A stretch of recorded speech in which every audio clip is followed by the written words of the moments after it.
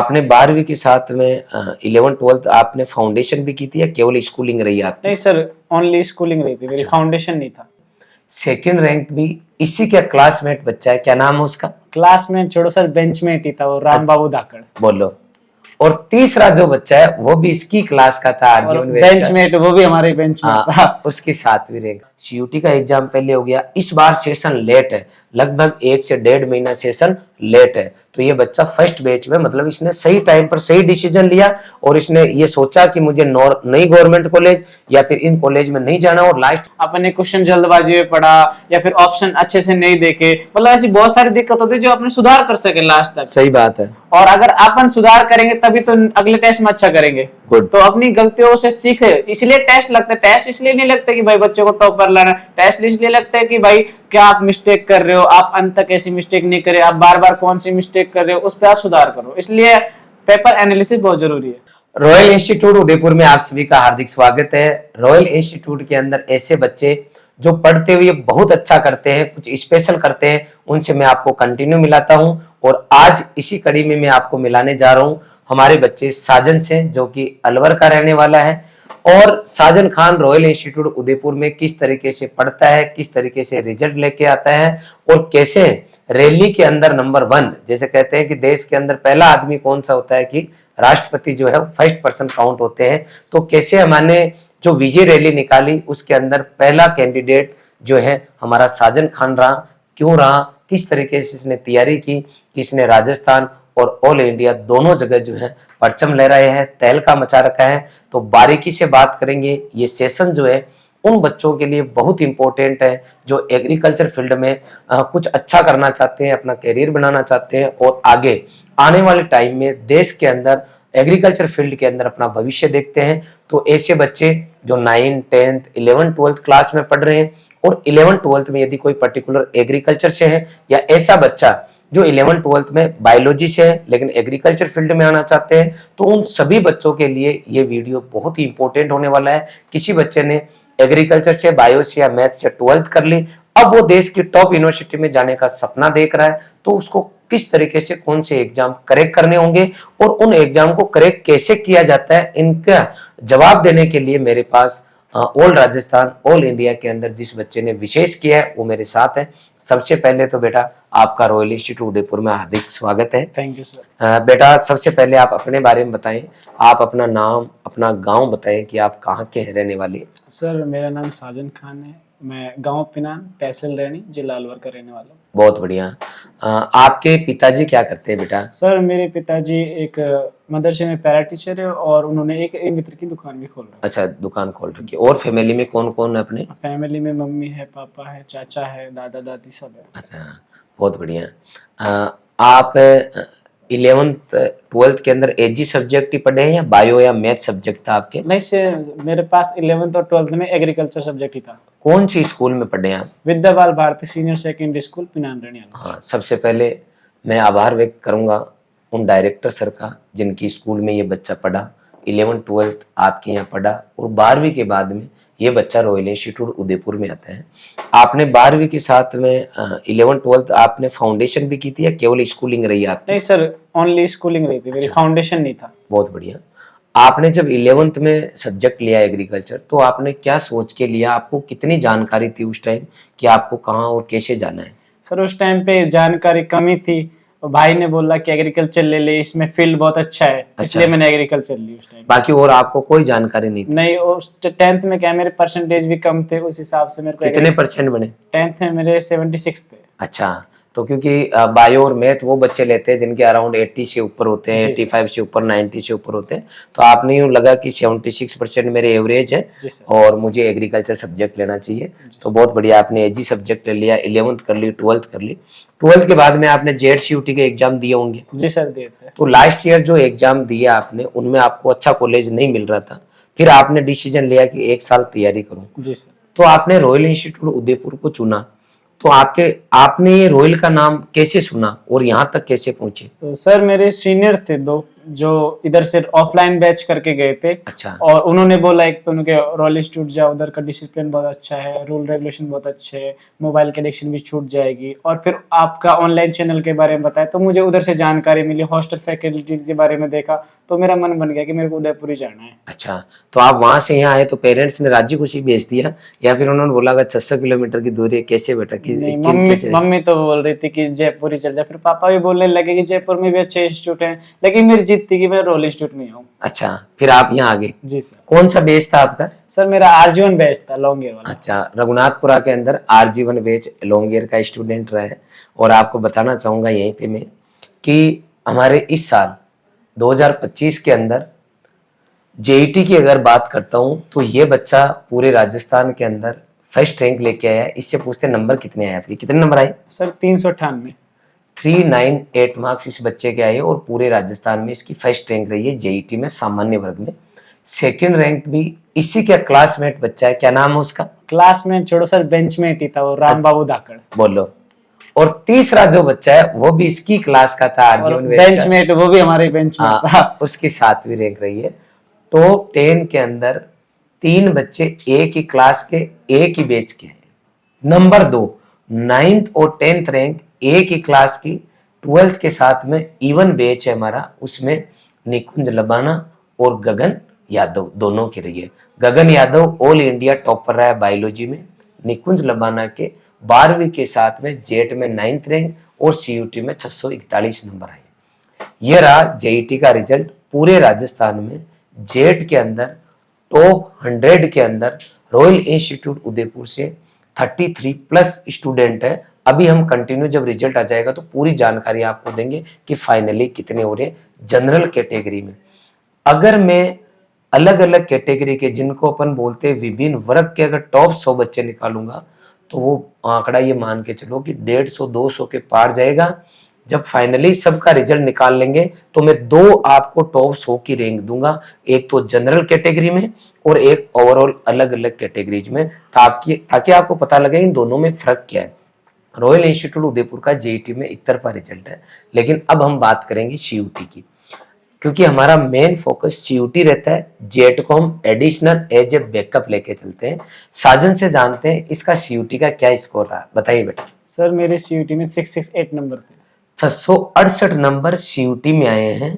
Offline batch का बच्चा है। इसके बाद में 666 666 नंबर आए हैं शिवानी प्रजापति के। 662 नंबर हमारा ऑनलाइन बच्चा है निकुंज लबाना, उसके आए हैं। और 12वीं के साथ में 660 नंबर आदित्य प्रताप सिंह बच्चा है, उसके आए हैं। और 659 659 नंबर जो है हमारा विकास बच्चा है जो कि रघुनाथपुरा का है, उसके आए हैं। 650 से ऊपर, 600 से ऊपर, 550 से ऊपर। पूरे देश के अंदर सबसे ज्यादा एक तरफा जो है रिजल्ट रॉयल इंस्टीट्यूट उदयपुर का रहा है, क्योंकि बच्चों के नंबर आ रहे हैं, इसलिए हर यूनिवर्सिटी कॉलेज में आपको रॉयलियंस ही नजर आएंगे। अब आप देख सकते हो कितनी बड़ी बात है कि एक सामान्य बच्चा जेट टॉप कर रहा है, एक सामान्य बच्चा 668 668 नंबर लेके आके, और ये देश की जो चॉइस भरेगा ये फर्स्ट, वो चॉइस इस बच्चे को मिलेगी राजस्थान में भी और आपके आईसीआर के अंदर भी जब रजिस्ट्रेशन होंगे। और सीयूटी के थ्रू बीएचयू का इसका रजिस्ट्रेशन हो गया है तो बीएचयू में भी ये जो चाहेगा वो मिल जाएगा। ये इस बच्चे का ओवरऑल रिजल्ट है। जो बच्चे सीयूटी का एग्जाम देते हैं उनको पता है कि 668 नंबर का मतलब क्या है। जिस बच्चों को आप देखो जेईटी के अंदर इतने बच्चे बैठे, उनमें ये फर्स्ट रैंक लेके आया। रॉयल इंस्टीट्यूट उदयपुर की इस बार फर्स्ट रैंक नहीं है, ये लगातार 2021 से हम फर्स्ट रैंक दे रहे हैं। और केवल फर्स्ट रैंक नहीं, last year RC college Udaipur जो राजस्थान की टॉप कॉलेज है उसके अंदर आधे से ऊपर बच्चे अकेले रॉयल इंस्टीट्यूट उदयपुर के रहे और लगातार 5 साल से हम फर्स्ट रैंक देते रहे। लास्ट ईयर 700 से ऊपर बच्चे आईसीआर की टॉप यूनिवर्सिटीज में सिलेक्ट होके गए। इस बार हम 700 वाला आंकड़ा भी पार कर रहे हैं। 2 रैंक हमने सीयूटी में ऑल इंडिया टॉपर दिए।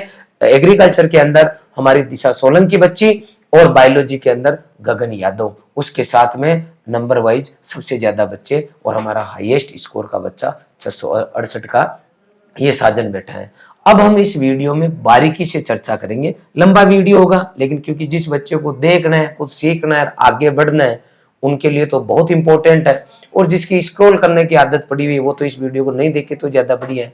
तो मैं एक एक चीज जिस बच्चे के लिए जरूरी है कि रॉयल इंस्टीट्यूट उदयपुर इतना अच्छा रिजल्ट क्यों दे रहा है, साजन आखिर साजन ही टॉपर क्यों रहा है, इसके बारे में डिटेल में बात करूंगा। सबसे पहले साजन उदयपुर आता है तो हम जानना चाहेंगे कि आप किस डेट के लमसम यहाँ आ गए थे? सर मैं घर से 1 जुलाई को बैठा था, तो हाँ। 2 जुलाई को मैं इधर आ गया। 1 जुलाई को ये बच्चा आ गया था क्योंकि लास्ट ईयर जो है जेट का एग्जाम पहले हो गया था, सीयूटी का एग्जाम पहले हो गया, इस बार सेशन लेट है, लगभग 1 से 1.5 महीना सेशन लेट है। तो ये बच्चा फर्स्ट बैच में, मतलब इसने सही टाइम पर सही डिसीजन लिया और इसने ये सोचा कि मुझे नई गवर्नमेंट कॉलेज या फिर इन कॉलेज में नहीं जाना, और लास्ट ईयर इसके जेईटी में 150 के आसपास और सीयूटी में 200 के आसपास नंबर थे। उसके बावजूद ये बच्चा ये 12 महीने में इतना अच्छा किया इसने, तो इसने तुरंत डिसीजन लिया कि मुझे तैयारी करना, मतलब तैयारी करना, तुरंत आ गया ऑफलाइन के अंदर।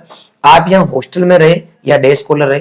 सर हॉस्टल मेरे को अच्छा लगा डे स्कॉलर से ज्यादा। अच्छा, हॉस्टल बढ़िया लगा। मैनेजमेंट ज्यादा अच्छा था इधर का। तो हॉस्टल में कौन से हॉस्टल में थे आप? समर्पण हॉस्टल में। समर्पण हॉस्टल में थे।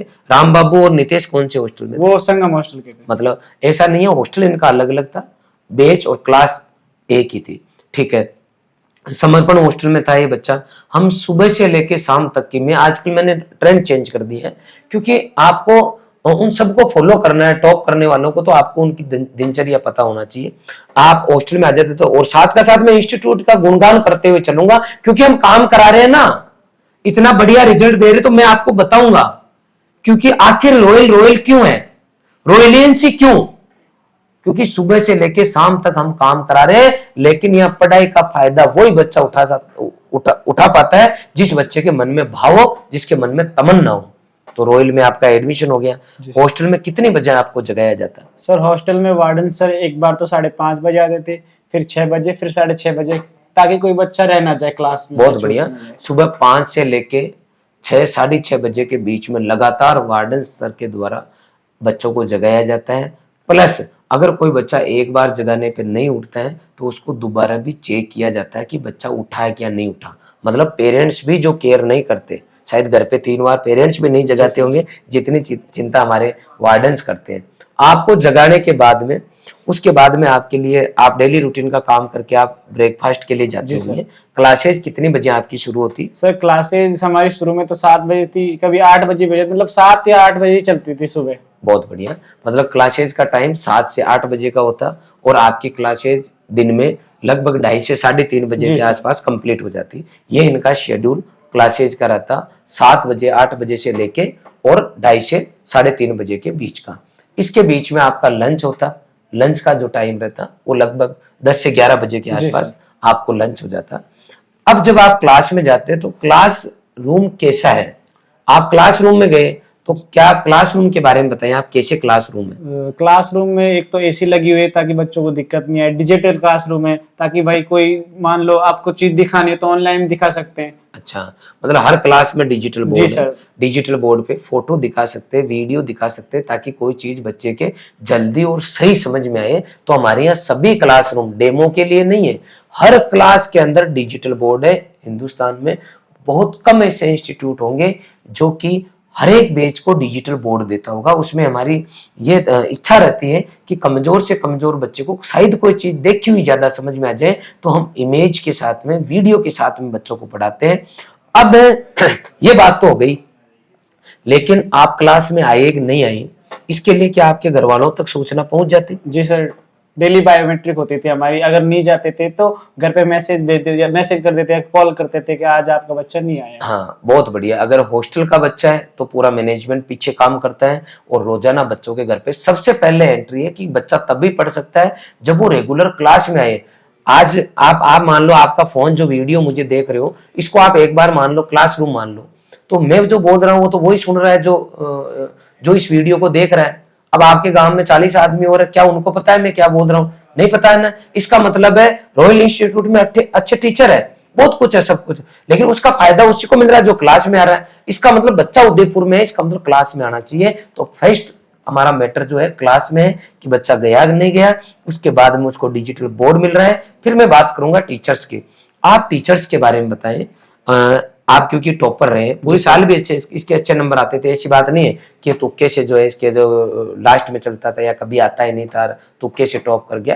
पूरी साल इसके अच्छे नंबर आए, पूरी साल।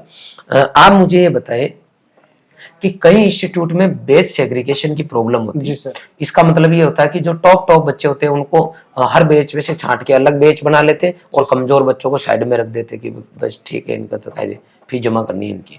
तो अपने क्या ऐसा होता था? नहीं सर, आपने टॉपर्स पे तो कभी इतना ध्यान नहीं दिया था, ना उनसे कभी पर्सनल बातें करते थे, सबको एक इक्वल रखते थे।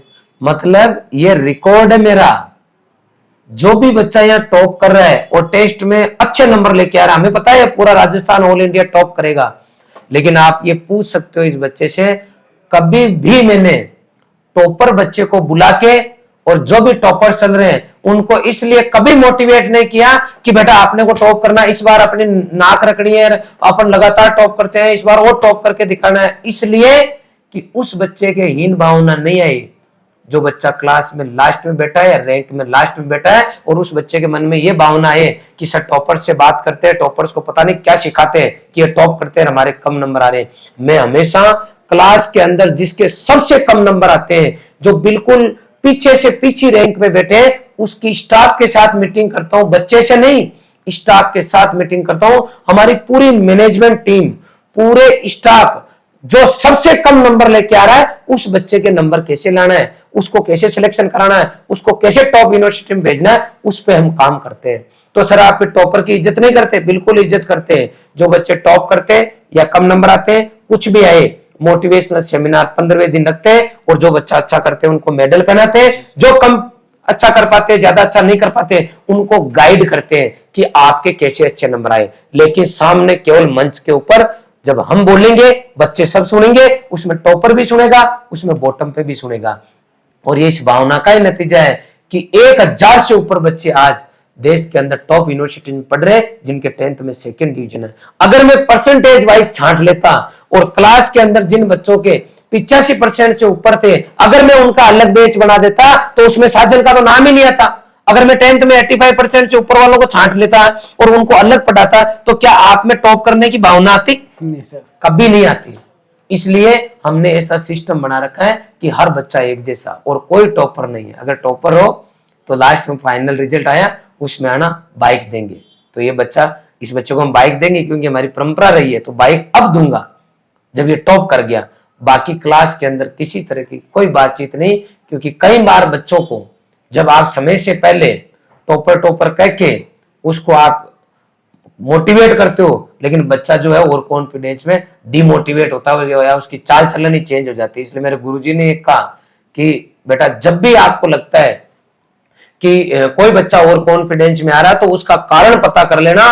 कारण उसका एक ही होता है कि अगर उस बच्चे की 5 बच्चों के सामने आपने प्रशंसा कर दी टॉपर की, तो 6वें दिन वो बच्चा जो है आपका नीचे उतर जाएगा पटरी से। इसका मतलब है जब तक बच्चा प्रॉपर वे में किसी चीज को हासिल फाइनली नहीं कर ले, तब तक चालू बैच में किसी बच्चे के ऊपर जो है इस तरीके की मेहरबानी मत करो कि वो ओवर कॉन्फिडेंस का शिकार हो जाए। इसलिए हम सब बच्चों को एक जैसा लेके चलते हैं। वीडियो लंबा हो रहा है, लेकिन ये सब बातें एक हर एक बच्चे के लिए, पेरेंट्स के लिए जरूरी है, इसलिए मैं आपसे शेयर कर रहा हूं। तो ये बात होता है कि हम भेदभाव नहीं करते, और ये खुद बेटा है 76% का टॉप करके।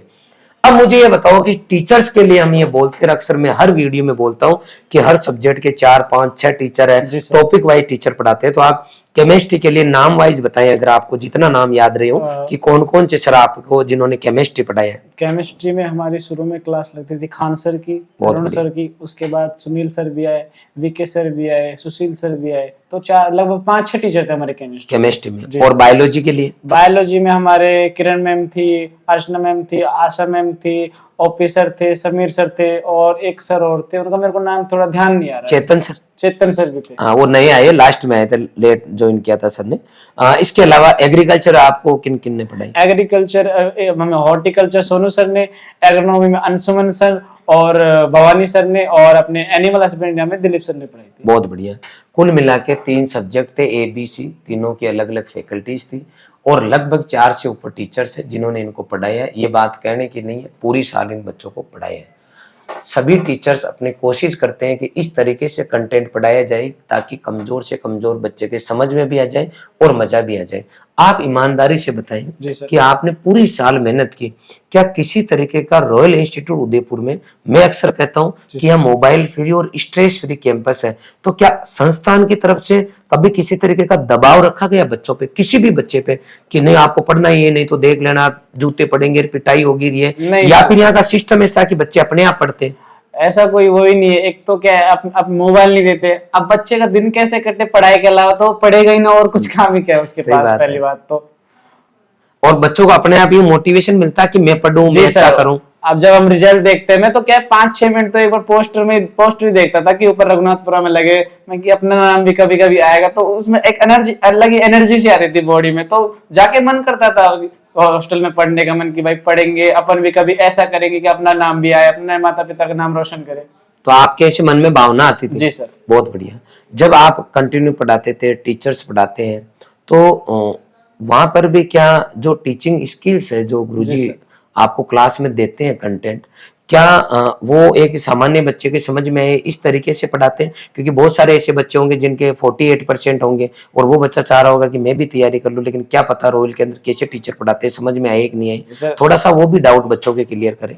सर जब मैं 11th क्लास में था, तो मेरा केमिस्ट्री में बहुत कोशिश की कि समझ आ जाए, पर वो आती नहीं थी समझ। अच्छा। मैंने बहुत कोशिश की, बट मैं इधर आया तो मेरे को ऐसा एक भावना थी कि यार केमिस्ट्री थोड़ी हार्ड पड़ जाएगी अपने लिए, लेकिन जब सर आए पढ़ाने तो लगा ही नहीं केमिस्ट्री वही केमिस्ट्री जो 11th में हार्ड लगती थी। हाँ, मतलब अच्छे से कर लिया। जी जी सर। अच्छा, बहुत बढ़िया। आप ये कहना चाहते हो कि कोई सा भी साधारण बच्चा कवर कर सकता हाँ है? आराम से। ठीक है, टीचर्स ने पढ़ा दिया, उसके बाद में टेस्ट का क्या रहा? पूरी साल आपका टेस्ट का क्या शेड्यूल रहा? सर हर संडे को टेस्ट लगता था हमारा। बहुत बढ़िया। और लास्ट में टेस्ट होने के बाद में क्या टेस्ट सीरीज चल रही, कितनी चली? सर अपनी 3 टेस्ट सीरीज चली थी, और लास्ट में तो डेली टेस्ट होते थे। सीयूटी का जब एग्जाम की डेट थोड़ी आगे बढ़ी, तो लगभग 1 महीने तक डेली 31 टेस्ट लगे थे, लगभग लगातार डेली। मतलब एक भी दिन नहीं छोड़ा, एक भी दिन जब टेस्ट नहीं हो, मतलब जान लगानी पड़ती है। मैं अक्सर कहता हूं कि ईमानदारी से मेहनत कराते हैं, क्या ये बात सही है? जी सर। कहीं पर भी हम ये फील भी नहीं होने देते बच्चे को। कल परसों में क्लास में बोल रहा था बच्चों को कि आप अगर यहाँ फीस जमा करा रहे हो ना, तो लास्ट तक हम ये एहसास करा देंगे कि आपने सर इतने कम फीस के अंदर आपने हमारे ऊपर इतना कैसे खर्चा कर दिया। आपको साल भर में आपको कंटेंट और पेपर ही इतने हो जाएंगे कि आपको लगेगा कि सर वास्तव में ब्याज सहित हमें दिया है। क्या फीलिंग नहीं आती है? बिल्कुल। और पढ़ाने के बाद में टेस्ट लिए पूरे 3 टेस्ट सीरीज चली, वो भी प्रॉपर वे में टेस्ट सीरीज चली। और 12th का बच्चा है तो उसके भी चली, उसके भी सब्जेक्टिव चली, ऑब्जेक्टिव चली। इनको सबसे पहले हमने जे टेस्ट से चलाई, फिर सीयूटी चलाई, और उसके लास्ट में वापस जेईटी का एग्जाम लेट था तो जेईटी की चलाई। कंटिन्यू टेस्ट हुए पूरी साल। अब टेस्ट होने के बाद में आपका रिजल्ट आता। रिजल्ट आने के बाद में क्या इंस्टीट्यूट की तरफ से, मैं अक्सर ही कहता हूं कि मोटिवेशनल सेशन रखते हैं, क्या रखे गए? जी सर, हर 15 दिन में एक मोटिवेशन सेमिनार रखते थे, जिसमें टॉपर्स को क्या है मेडल से सम्मानित किया जाता था कि अगली बार भी अच्छा करे, और नीचे बैठे इनको भी मोटिवेशन मिले। बहुत बढ़िया। और बाहर से गेस्ट बुला के continue as a career guidance, in future आप क्या कर सकते हो, उनकी कैसी लाइफ रही, कैसे वो आगे बढ़े, इसके लिए कोई भी सक्सेसफुल पर्सन जिन्होंने कुछ विशेष किया उनको मैं लगातार बुलाता हूँ। एक्चुअली मैंने एग्रीकल्चर यूनिवर्सिटीज के वाइस चांसलर, आईसीआर के डीडीजी, आईएएस, आरएस, अक्सर मैं कंटिन्यू बच्चों से बुलाता हूँ, मिलाता हूँ। हमारा स्टाफ जो है वो कम से कम साल में 4 से 5 बार टीचिंग के अलावा सेमिनार जो है हमारे, उनके अंदर इन्वॉल्व होकर इन बच्चों को प्रॉपर वे में गाइड करते हैं, और इस काम को हम ईमानदारी से करते हैं, और ये बच्चा इसका गवाह है पूरी साल। अब क्योंकि पढ़ दिया, सेमिनार हो गया, सब कुछ हो गया, और आपका सिलेबस भी लगभग जनवरी फरवरी में कंप्लीट हो गया था। लगभग जनवरी में हो गया, कुछ बच गया तो 15 फरवरी तक आप लोगों का कंप्लीट सिलेबस हो गया, रिवीजन हो गया, सब काम हो गए। अब क्या कोर्स कंप्लीट होते हैं आपको फ्री कर दिया गया कि अब नए बच्चे आएंगे आप सब जाओ, या फिर जेड सीयूटी के एग्जाम तक आपके हर एक चीज का बारीकी से ध्यान रखा गया? रॉयल ने तो कभी पीछा ही नहीं छोड़ा, लेकिन कुछ बच्चे थे जो कि कोर्स खत्म होते ही घर पे चले गए, तो उनका रिजल्ट भी अच्छा नहीं रहा कुछ। लेकिन मैं तो क्या 26 जून तक तो इधर रुका ही था, फिर क्या मेरा एग्जाम दूर था तो इसलिए मेरे को जाना पड़ा, बट मैं वापस आया 30 जून को। हाँ, बिल्कुल बिल्कुल। कहने का मतलब है कि 26 जून तक बच्चा यहाँ रहा। सीयूटी का जो पेपर था आपका, वो आपका 13 मई से शुरू हुआ, 3 जून तक चला। उसके बाद में जेट की डेट आई 29 जून, 26 जून तक यहाँ था, क्योंकि बच्चों का centre out of first choice आया था, मतलब उदयपुर भरा तो उसका सेंटर कहीं और आया। तो ये एग्जाम देने गया, उसके बाद में पेपर होने के बाद में अगले दिन वापस आया यहाँ 30 तारीख को, फिर 1-2 दिन रुक के फिर ये बच्चा गया। कहने का मतलब CUT का हमें रिजल्ट पता चल गया, नंबर हमने मैच कर लिए, सब कुछ कर लिए, और इसके 668 मतलब 668 नंबर आ रहे थे। उसके बावजूद हमने कहा कि किसी भी एग्जाम को आपको हल्के में नहीं लेना, मेहनत करनी है। और ये बच्चा अगर CUT का एग्जाम दे के चला जाता तो राजस्थान में टॉपर नहीं होता, जेट में इसकी फर्स्ट रैंक नहीं आती। हो सकता है अभी जेट में तो नहीं जाएगा, ये CUT में जाएगा, और हमें भी पता था कि ये बच्चा टॉप कर रहा है तो ये उधर ही चला जाएगा, जेट का एग्जाम नहीं दे तो भी चले। लेकिन जिंदगी में इसके लिए एक नया इतिहास हो गया, राम बाबू के लिए नया इतिहास हो गया। जो नीतीश जो था नया इतिहास है, गगन नया इतिहास इनके लिए हुआ है, खुद के लिए इन्होंने रचा है। क्योंकि जब भी ये बात करेंगे तो ये कहेंगे मैं ऑल राजस्थान टॉपर हूँ, मैं दूसरी रैंक पर हूँ, मैं इस रैंक पे हूँ। कहीं पर भी ये जाएंगे, किसी इंटरव्यू में जाएंगे, कभी इनको स्पीच देने का मौका मिलेगा, जब इनको खुद को साबित करने की जब बात आएगी तो ये अपनी बात को और पावरफुल तरीके से रख पाएंगे, क्योंकि हमने ये काम कर रखा है। इसलिए ये बच्चे विशेष है। मैं कहता हूं ना, जिन बच्चों को घमंड हो जाता है, जिन बच्चों को ईगो हो जाता है, वो बच्चे जिंदगी में आगे नहीं बढ़ पाते। जो अपने गुरुजनों की बात को मानते हैं और अंत तक जो बच्चे काम करते हैं, वही बच्चे जो है जिंदगी में सफल होते हैं। इसीलिए आज ये बच्चा CUT और JET का टॉपर है, इसीलिए आज ये स्पेशल है। मैं इस बार रिजल्ट आने के बाद में सबसे पहला इंटरव्यू इसी का कर रहा हूँ। जिस रिजल्ट आने के बाद में जो ओवरऑल जो मैं बड़ा वीडियो बना रहा हूँ, जिसमें गाइडेंस बच्चों को दे रहा हूँ, टॉपर से मिला रहा हूँ। तो टॉपर से इससे क्यों मिला रहा हूँ? क्योंकि इसने जेट भी टॉप किया, CUT में भी इसका हाईएस्ट स्कोर रहा है। बहुत बढ़िया बेटा, तेने बहुत अच्छी तरीके से चीजों को क्लियर किया है। हॉस्टल में आप कंटिन्यू रहे, सब कुछ आपने बता दिया। अब जब पेरेंट्स बच्चों को हॉस्टल में छोड़ते हैं तो कई बार ये सोचते हैं कि वहाँ माहौल ठीक नहीं होगा, खाना पीना ठीक नहीं होगा। ईमानदारी से बताएं, सब चीजें अपने घर की बात है, क्योंकि हर पेरेंट्स के आजकल एक एक बच्चे हैं और हर पेरेंट्स जानना चाहता है, समझना चाहता है कि आखिर हम हमारे बच्चों को कहाँ पढ़ाएं जहाँ हर चीज घर जैसी मिले, ओरिजिनल हो, कतनी और करनी में फर्क नहीं हो। तो आप बताएं हॉस्टल फैसिलिटी कैसी है यहाँ, प्लस खाना कैसा दिया गया पूरी साल? खाना सर 1 नंबर दिया गया। 3 डे तो स्पेशल होते थे, जैसे बुधवार को अपने छोले पूड़ी बना दिए, और शुक्रवार को अपने पनीर बनती थी, और संडे को या तो दाल बाटी मिल जाती थी या फिर वही छोले पूड़ी देते थे। तो 3 डे तो स्पेशल रहते थे। अच्छा, बुधवार को आपको हमेशा खीर पूड़ी मिलती? जी सर, खीर पूड़ी और छोले की सब्जी। बहुत बढ़िया। हर शुक्रवार पनीर मिलती? जी सर। क्या कभी ऐसा हुआ कि ये दोनों दिन में कुछ मिस हुआ हो? नहीं, हर 12 महीने फिक्स? फिर हर संडे, एक संडे दाल बाटी और अगले संडे या तो हलवा या गुलाब जामुन या रसगुल्ले या बेसन चक्की, ये मिलती ही नहीं मिलती? जी सर, मिलती थी। पूरी साल दी बच्चों को। हॉस्टल में जब बच्चों को पेरेंट्स भेजते हैं तो लाइन लग जाती है बाथरूम के अंदर, आधा किलोमीटर दूर बच्चे नहाने जाते हैं, कई जगह ऐसा देखा होगा। और फिर बाद में वापस आते हैं, वहां एक दूसरे के साबुन लग रही है तो दूसरे वाले बच्चे फिर बाद में एक्सरसाइज कर लेते हैं एक दूसरे से।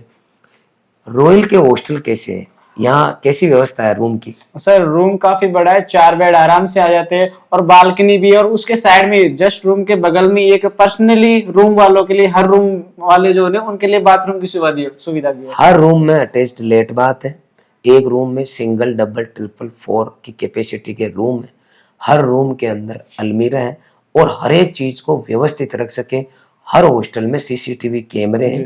और नहाने के लिए ठंडे पानी से नहाते हैं या गर्म से? सर दोनों आते थे, गर्म सर्दियों में गर्म पानी की भी व्यवस्था होती थी। अच्छा, और RO का पानी जो है, पीने का पानी जो है, ठंडा गर्म दोनों मिल जाते? जी सर। और RO का पानी मिलता कि नहीं मिलता? सर हर हॉस्टल में सुविधा थी RO की। तो क्या 24 घंटे आपके वार्डन रहते हैं हॉस्टल में? जी सर, 24 घंटे, एक नहीं 2 वार्डन रहते थे। बीच में तो हमारे हॉस्टल में 3 वार्डन भी रुके थे। अच्छा, क्या लाइब्रेरी, हर हॉस्टल में लाइब्रेरी है? जी सर, हर टॉप फ्लोर है वो लाइब्रेरी का ही होता है हॉस्टल में। अच्छा, लाइब्रेरी के अंदर क्या लाइब्रेरियन रहता है ताकि बच्चे आपस में डिस्कशन नहीं करें? जी सर, वो जो लाइब्रेरी वाले सर है वो भी उधर पढ़ते रहते ताकि हमें भी मोटिवेशन मिले कि भाई ये पढ़ रहे तो हमें भी पढ़ना चाहिए। बहुत बढ़िया, कहने का मतलब हर एक चीज सिस्टमेटिक है। टीचर्स ने बहुत अच्छा पढ़ाया, हर सब्जेक्ट के 4-4 टीचर्स, डिजिटल क्लासरूम, बच्चे का डेडिकेशन, पूरा मैनेजमेंट, ये सब चीजें जब मिलती है तब 76% वाला बच्चा ऑल राजस्थान टॉप करता है, इंस्टीट्यूट टॉप करता है CUT के अंदर, और ये देश की टॉप यूनिवर्सिटी में जाएगा, कोई नहीं रोक सकता। मैं सभी पेरेंट्स से, बच्चों से यही कहना चाहूँगा कि सही चुने। केवल मीठी मीठी बातें करने से कुछ नहीं होता है।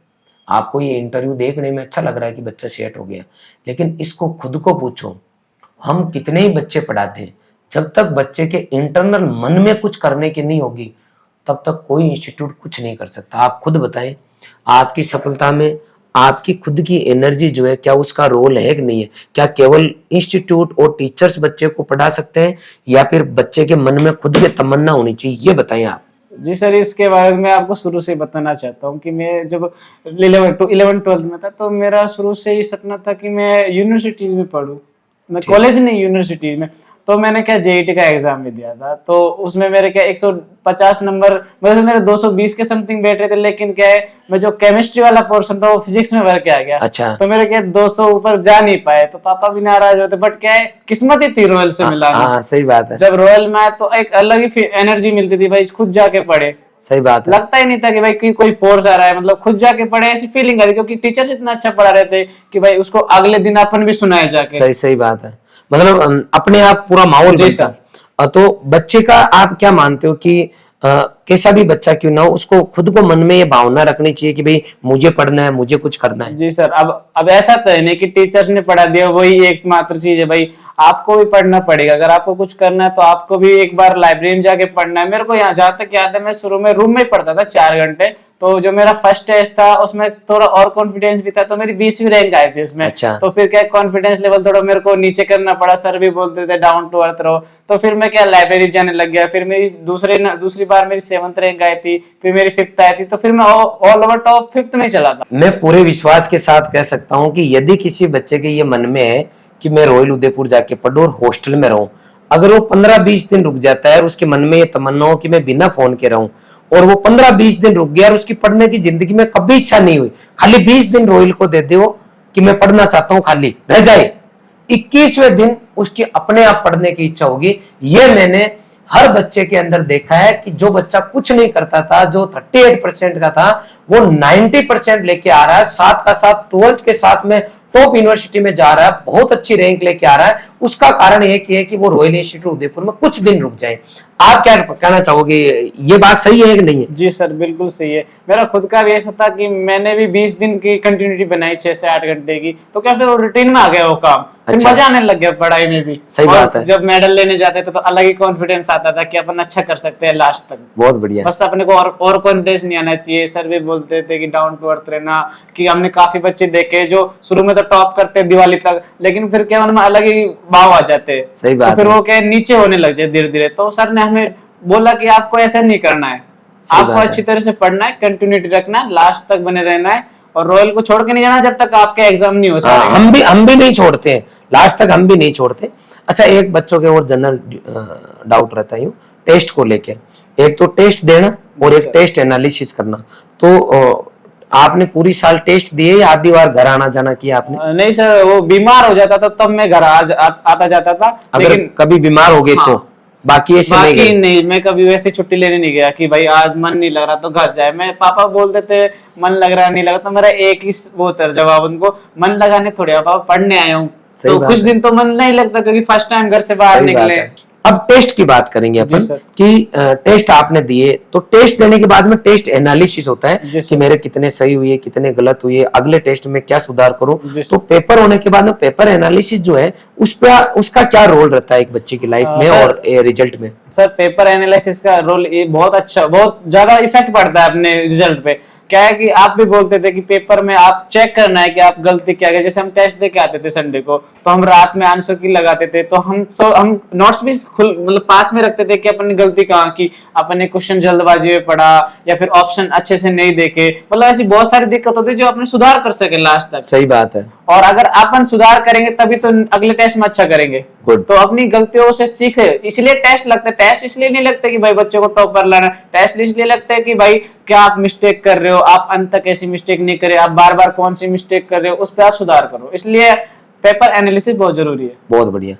अब जैसे अब कोई बच्चा टेंशन में नहीं है, डिप्रेशन में नहीं है, तो हमने अपने इंस्टीट्यूट के अंदर बैच डिवाइड कर रखे, और बैच जो है आपके बैच में मेंटोर्स अपन ने दे रखे। तो आपके कौन से सर जो है आपके मेंटरशिप का काम करते थे? सर, मेंटरशिप हमारे खान सर की थी। मेंटर इसलिए दे रखे थे ताकि बच्चे को कोई पर्सनली प्रॉब्लम भी हो तो शेयर कर सके मेंटर सर से। और बहुत अच्छा संभाला हमें खान सर ने पूरी साल गाइड किया आपको। हर बैच के जो है हमारे मेंटर्स जो है बच्चों से मिलते हैं, कोई बातचीत होती है तो बच्चा सीधा आके बोल सकता है। हॉस्टल में भी हमारा पूरा सिस्टम है, कोचिंग का पूरा सिस्टम है, बच्चा कोई डिप्रेशन में नहीं है उसके लिए हमने पूरा सिस्टम बना रखा है।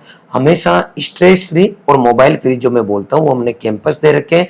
और ये जो बातें ये जो बच्चा आपको बता रहा है, जो मैं आपके साथ शेयर कर रहा हूँ, ये सभी चीजें एक्चुअल में इस संस्थान में चलती है और उसकी बदौलत हजारों बच्चे लगातार टॉप से टॉप जगह जा रहे हैं। देश की हर यूनिवर्सिटी के अंदर रॉयल के बच्चे हैं और उनकी संख्या इतनी है कि कोई सोच भी नहीं सकता कि एक संस्थान कैसे दे सकता है। लेकिन इस संस्थान में हर एक मेंबर, हमारा teaching staff, non teaching staff, जो कोई भी हमारे पेरेंट्स हैं और बच्चे, जो लोग इससे दिल से जुड़ जाते हैं, वो सभी बच्चे इतनी मेहनत करते हैं कि पूरे हिंदुस्तान में इनकी संख्या सबसे ज्यादा हो जाती है। और अंत में मैं बेटा आपसे जानना चाहूंगा कि आप फाइनली क्या करना चाहते हैं, कहाँ तक आप पढ़ना चाहते हैं और आप अपनी ज़िंदगी में क्या अचीव करना चाहते हैं, क्या सपना है आपका? सर अभी तो मेरे वो एक कि मैं बीएससी और एमएससी दोनों करूं, फिर एआरओ एग्रीकल्चर रिसर्च ऑफिसर है उसका मतलब उसके फील्ड में जाऊं, ताकि अपने जो देश के किसान हैं उनकी आर्थिक स्थिति अभी अच्छी नहीं है, तो मैं उस साइंटिस्ट मतलब जो साइंटिस्ट लोग होते हैं उस वाले फील्ड में जाना चाहता हूं, ताकि मैं कुछ अच्छा कर सकूं। बहुत बढ़िया, आप एमएससी पीएचडी करके रिसर्च फील्ड में जाना चाहते हैं, जहाँ पे आप जो है जिनको अपन बोलते हैं कृषि वैज्ञानिक, एग्रीकल्चर साइंटिस्ट जो है ये बनना चाहता है। उसके लिए आपका एमएससी के बाद में एग्जाम होता है, आप आगे पीएचडी भी कर सकते हो और रिसर्च स्कॉलर आप जो है बन सकते हो। इसके अलावा एग्रीकल्चर में अलग अलग जॉब भी होती है, जैसे बच्चे ने बताया एआरओ एक जॉब है, एग्रीकल्चर रिसर्च ऑफिसर, जो कि हमारे अभी करंट में हमारे कुलदीप सर लगे। एक AARO भी होता है, AOW भी होते हैं, ये फील्ड की जॉब है आपकी एग्रीकल्चर फील्ड की। तो ये बच्चा चाहता है कि मैं कुछ अच्छी रिसर्च करूँ और हमारे देश के अंदर जो फार्मर्स है उनकी जो अभी 8% सिचुएशन है, स्थिति है, उसको मैं जितना हो सके मेरी तरफ से हेल्प करूं। रॉयल इंस्टीट्यूट उदयपुर के द्वारा बहुत सारे बच्चे पढ़े हैं और पढ़ लिख के कंटिन्यू देश सेवा, किसान सेवा में लगे हुए हैं। तो मैं आगे भी इस बच्चे से भी ये पूरी उम्मीद करूंगा कि अभी इस बच्चे ने टॉप किया है, आगे भी ये बच्चा हमारा सक्सेस हो गए, इस संस्थान में वापस पधारे। लंबे टाइम तक हम बच्चों को याद करते रहेंगे, आपकी सक्सेस स्टोरीज आपके साथ शेयर करते रहेंगे। बस हमारी आप बच्चों से यही रिक्वेस्ट है, हम आपसे रिक्वेस्ट कर सकते हैं केवल कि आपने अभी तक जो हासिल किया है उसके पीछे आपकी खुद की कड़ी मेहनत है, आपका कड़ा डिसिप्लिन रहा है इसके साथ में, प्लस गुरुजनों का, अपने पेरेंट्स का हाथ रहे। आगे भी आप अपने पेरेंट्स सहित अपने नेक्स्ट पुराने गुरुजी और आगे मिलने वाले जो आपके गुरुजी हैं उनका मान सम्मान करते हुए ईमानदारी से शिक्षा ग्रहण करें और इस देश के अंदर नाम रोशन करें। बहुत बहुत बधाई हो बेटा। Thank you. और आप सभी से चाहूंगा कि इसकी तरह आप भी कुछ अच्छा करना चाहते हैं तो रॉयल इंस्टीट्यूट उदयपुर के द्वारा कंटिन्यू हमारे लॉन्ग ईयर के बैच चल रहे हैं। 11 अगस्त से नए बैच शुरू हो रहे हैं, 6 अगस्त से ऑनलाइन जो स्टूडेंट है उनके लिए हमारा राखी ऑफर आ रहा है। तो ऐसे बच्चे जो अभी तक इस संस्थान के साथ नहीं जुड़े, आप हमारी टीम के साथ जुड़े और इन बच्चों की तरह इनके बताए गए रास्तों पे अगर आप चलोगे तो एक दिन आपका भी मैं इसी तरीके से इंटरव्यू लूंगा और आप दूसरों बच्चों के लिए मोटिवेशन का काम करेंगे। आपने मुझे और इस बच्चे को इतनी देर तक सुना, देखा, इसके लिए आपका बहुत बहुत आभार। मिलते हैं किसी नेक्स्ट वीडियो में, तब तक के लिए धन्यवाद।